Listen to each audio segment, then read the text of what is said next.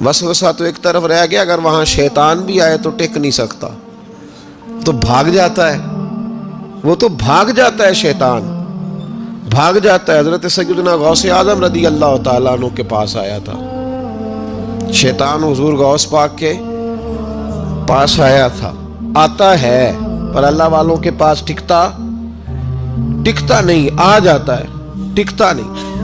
حضور غوث اعظم رضی اللہ تعالیٰ عنہ نے 40 سال اللہ کی عبادت کی، 40 سال۔ یہاں بھی لوگ بڑے پریشان ہو جاتے ہیں، کیسے جی کیسے کر لی؟ تو میں نے کہا قرآن پڑھو، والذین یبیتون لربہم سجدا وقیاما، وہ راتیں گزار دیتے ہیں اپنے رب کے لیے سجدہ کرتے اور قیام کرتے۔ تو یہ قرآن کی نص نے جب بیان کر دیا، تجھے کیسے شک ہو گیا؟ قرآن کی نص بیان کر رہی ہے کہ اللہ کے کچھ بندے راتیں سجدے اور قیام میں گزار دیتے۔ حضور غوث اعظم نے 40 سال عشاء کے وضو سے فجر کی نماز ادا فرمائی۔ تو ایک دن آسمان پہ ایک چھوٹا سا بادل کا ٹکڑا آیا، معاذ اللہ ثم معاذ اللہ، وہ کہنے لگا عبد القادر میں تیرا رب ہوں۔ اس کے اندر سے آواز آئی، میں تیرا رب ہوں، تو نے بڑی عبادت کر لی، اب تو بے شک پڑھ بے شک نہ پڑھ۔ کئی ملنگوں کو معاف نہیں ہو گئی معاذ اللہ کہ بے شک پڑھ بے شک نہ پڑھ، عام اجازت ہے۔ تو حضور غوث اعظم رضی اللہ تعالیٰ عنہ فرمانے لگے اعوذ باللہ من الشیطان الرجیم۔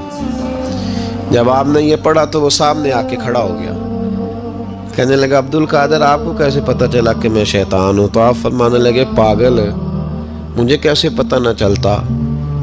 جس رب نے اپنے پیارے حبیب علیہ السلام کو نماز معاف نہیں کی، اس نے عبد القادر کو کیسے معاف کر دی؟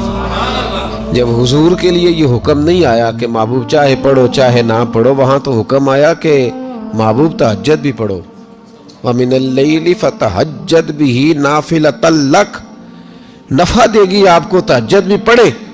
تو ان کے لیے جب یہ حکم نہیں تو میرے لیے کیسے آ گیا؟ اب شیطان تھا نا، تو اس نے پھر ایک اور چال چلی، یہ باز نہیں آتا، ہم باز آ جاتے ہیں کئی دفعہ، اس کے پیچھے پیچھے چلنے لگ جاتے ہیں، لڑ کے تھک جاتے ہیں، وہ نہیں تھکتا، وہ نئی سے نئی چال، نئی سے نئی چال، اس کا نیا سے نیا روپ، من الجنت والناس، جنوں میں سے بھی اور اس کے نئے سے نئے روپ ہوتے ہیں۔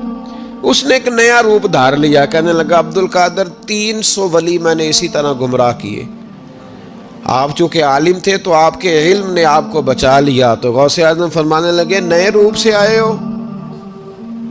کہنے لگا 300 میں نے گمراہ کیے، یہ تو آپ عالم تھے تو بچ گئے، آپ جانتے تھے تو بچ گئے، میں نے 300 گمراہ کیے۔ تو حضور غوث اعظم فرمانے لگے پھر گمراہ کرنے لگے ہو نیا روپ دھار کے؟ مجھے میرے علم نے نہیں بچایا، مجھے اللہ کے فضل نے بچایا ہے۔ کئی عالم بھی تو گمراہ ہو جاتے ہیں نا، مجھے میرے علم نے نہیں بچایا، مجھے میرے اللہ کے فضل نے بچایا ہے۔ میرے بھائی، میرے عزیز طریقت کے مسافروں، یاد رکھو، سمجھ لو اس بات کو کہ وسوسہ آتا ہے۔ وسوسہ، 2 قسم کے مہمان آتے ہیں، 2 قسم کے مہمان۔ ایک مہمان وہ آتا ہے جو آتا ہے تو بندہ توجہ نہیں کرتا، وہ خود کہتا ہے اس نے نہیں میری طرف توجہ کی، وہ مہمان چلا جاتا ہے، پتہ نا آپ کو۔ اور جس کو بندہ اٹھ کے سینے سے لگائے اور اس کے ساتھ گفتگو شروع کر دے، وہ مہمان جاتا ہے تو بیٹھا رہتا ہے، وہ تو نہیں جاتا۔ تو وسوسہ آتا ہے، جو تو توجہ نہ کرے اس کا چلا جاتا ہے، اور جو سینے سے لگا لے، سوچنے لگ جائے، غور کرنے لگ جائے، اس کا وسوسہ بیٹھ جاتا ہے، اسی کے پاس رہتا ہے، دوستانہ کر لیتا ہے، کئی دفعہ تو بالکل مکان ہی ساتھ بنا لیتا ہے، ہر وقت کوئی نہ کوئی بات کان میں، ہر وقت کوئی نہ کوئی بات کان میں۔ کیوں وسوسہ آتا ہے؟ تجھے کیسے آ گیا؟ اس کا یقین کامل ہو، اسے وسوسہ کیسے آئے؟ جس کی توجہ سیدھی ہو اسے وسوسہ نہ چھڑ یار دا بوہا، نہیں تے ہو جاویں گا روگی۔ جیڑی بکری اجڑوں وچھڑی او بگیاڑا جوگی۔ یہ تو بھئی تو اگر اندر رہتا، صحبت کے اندر رہتا، چھتری کے نیچے رہتا، تو پھر وسوسہ تجھے کیسے وسوسہ کس طرح تیرے پاس آیا؟ وسوسہ اس کے پاس آتا ہے جو وسوسے کی جانب توجہ کرتا ہے۔ بہت زیادہ لوگوں کو بدگمانی ہونے لگی ہے، بہت زیادہ وسوسے آنے لگے ہیں، بہت زیادہ خیال ہونے لگا ہے، بہت زیادہ توجہ ہونے لگی ہے، بڑی